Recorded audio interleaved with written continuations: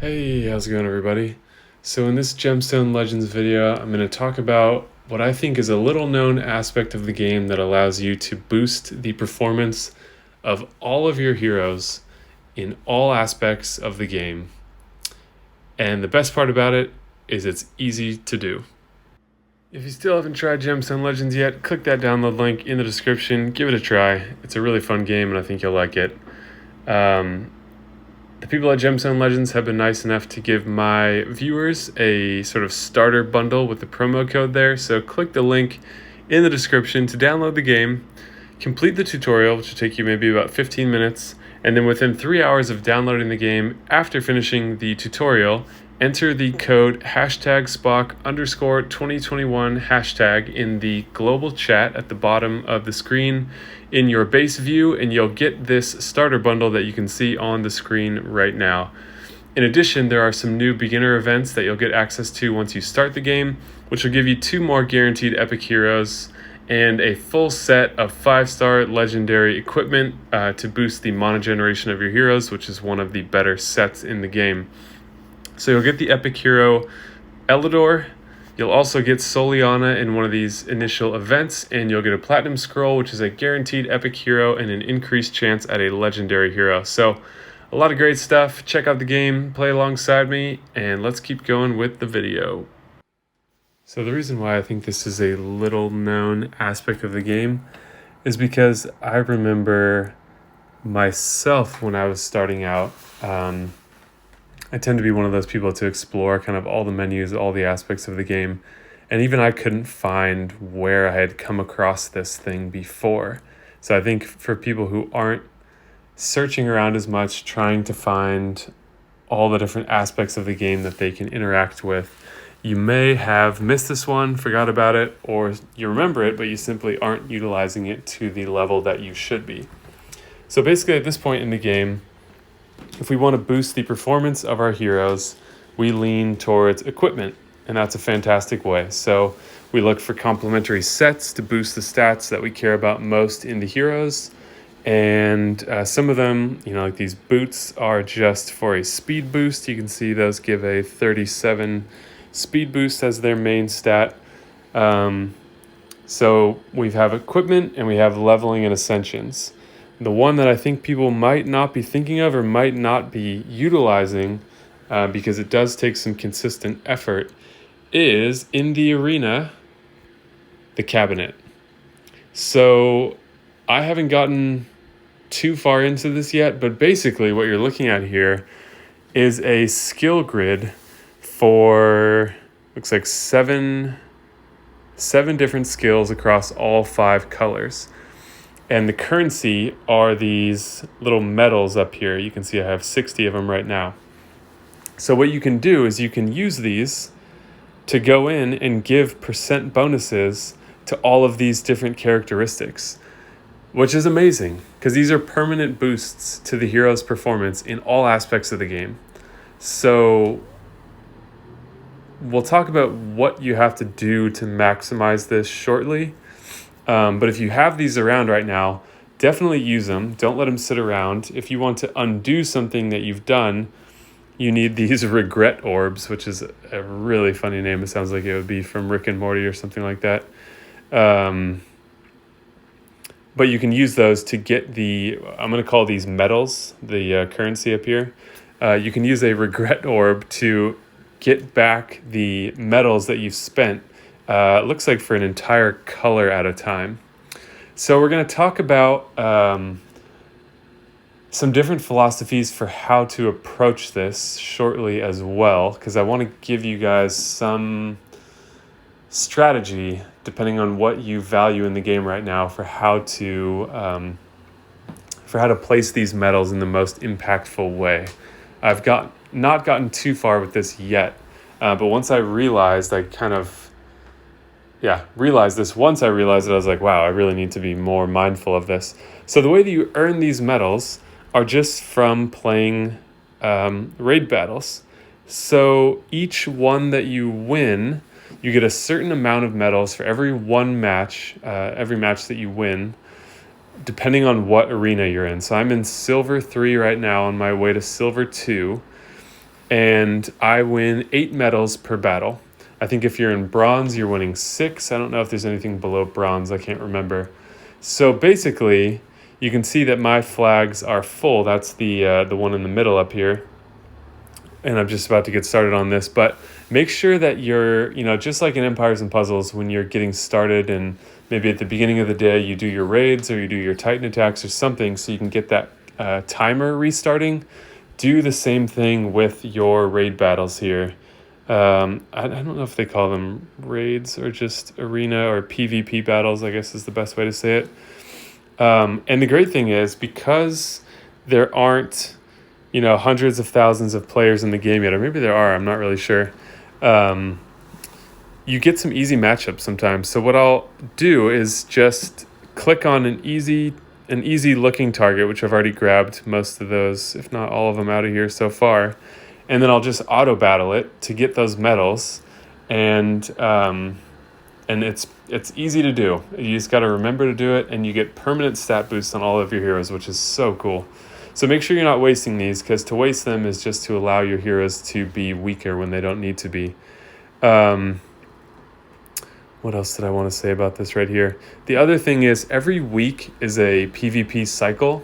So I think it ends on Sunday, probably depending on your time zone. It could be a different time, but at the end of the week, basically, or the end of the weekend, I think, you can see that week 8 here is ending in 1 day and 19 hours. So when it ends, you get a lump sum prize based on the arena that you're in. So in just a second, we'll talk about some strategies for maximizing these medals, and then we'll talk about some strategies to take to some strategies you can use for how to approach what to do with these medals. There's a lot of different places you can put them for different colors, and I want to talk about that more in depth. So next we'll talk about how to maximize these, and then lastly, some strategies for what to use these medals on. Okay, when it comes to maximizing the amount of medals that you're getting per battle, per day, per week, however you want to think about it, all of those really apply. There's kind of 2 schools of thought, and this is true for Empires and Puzzles as well, but in that game, gaining cups doesn't get you anything once you get above a certain threshold, which isn't too hard to get to after a few months of play.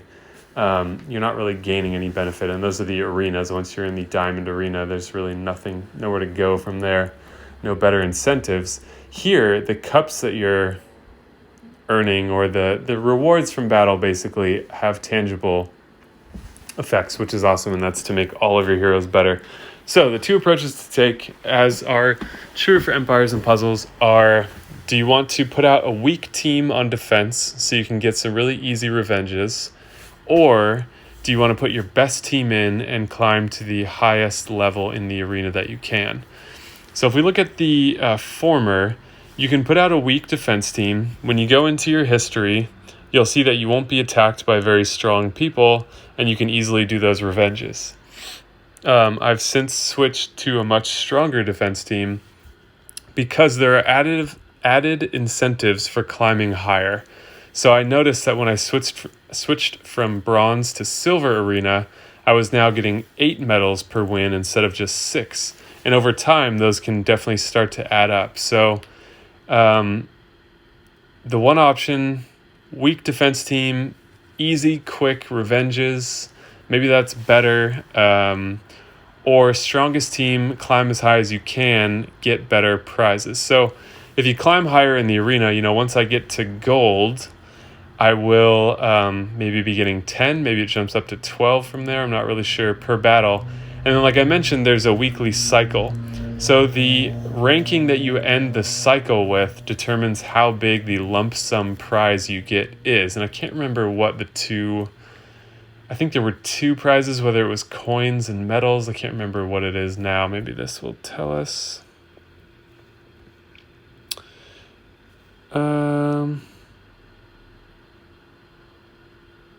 Maybe it wasn't medals. I can't remember.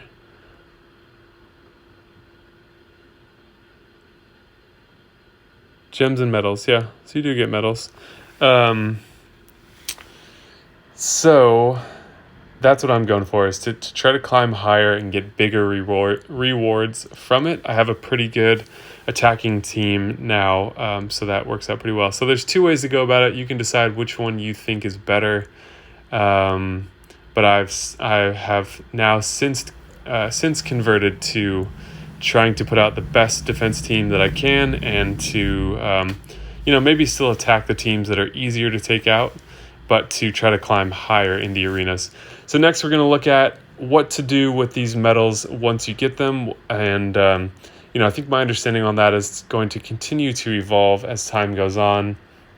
I'm only about maybe 4 months into the game, but I can give you a few things to think about to get started. So you have medals now. You're looking at the screen and you're trying to decide what to do.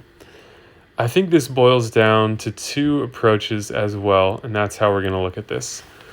The first approach is to go balanced across every color into a common thing to both approaches is to prioritize the stats that are most impactful. And so I think that is primarily speed and attack, maybe even crit damage as well, which is the CD down there.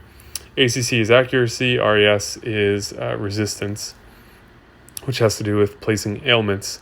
So speed is really important in this game because it's possible, if your speed is high enough, to have 2 turns before an opponent has even 1 turn. Because in this game, it doesn't alternate back and forth between attacker and defender.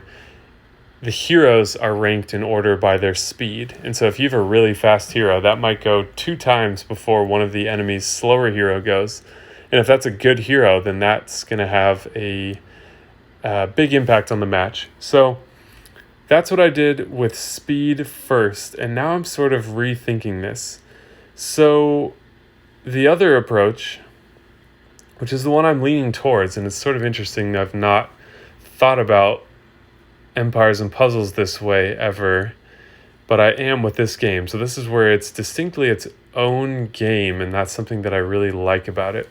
So the other approach is to say, which of these colors are most important to my gameplay right now? And it's weird to even be asking that question, because if you played Empires and Puzzles, you pretty much want to have all of your colors equal in strength if you can. And since Ascension items are color specific, it sort of keeps the balance there. You don't accrue them in equal numbers, so it can get out of balance, but the point is, in this game, I can ascend only green heroes and never heroes of any other color if I want to. I mean, I still could do that in Empires and Puzzles, but my overall development would be slower, because in Gemstone Legends, Ascension items are not color specific. So it's weird to be asking that question, but you can see I have 1 point of asymmetry here now, and I might use some regret orbs to undo some of these things again. But I think speed and attack and crit damage are the most important. And so I went speed across the board first because I didn't know any better. And I recently just spec'd into attack for blue only because one of my best heroes in the game right now is Maharold.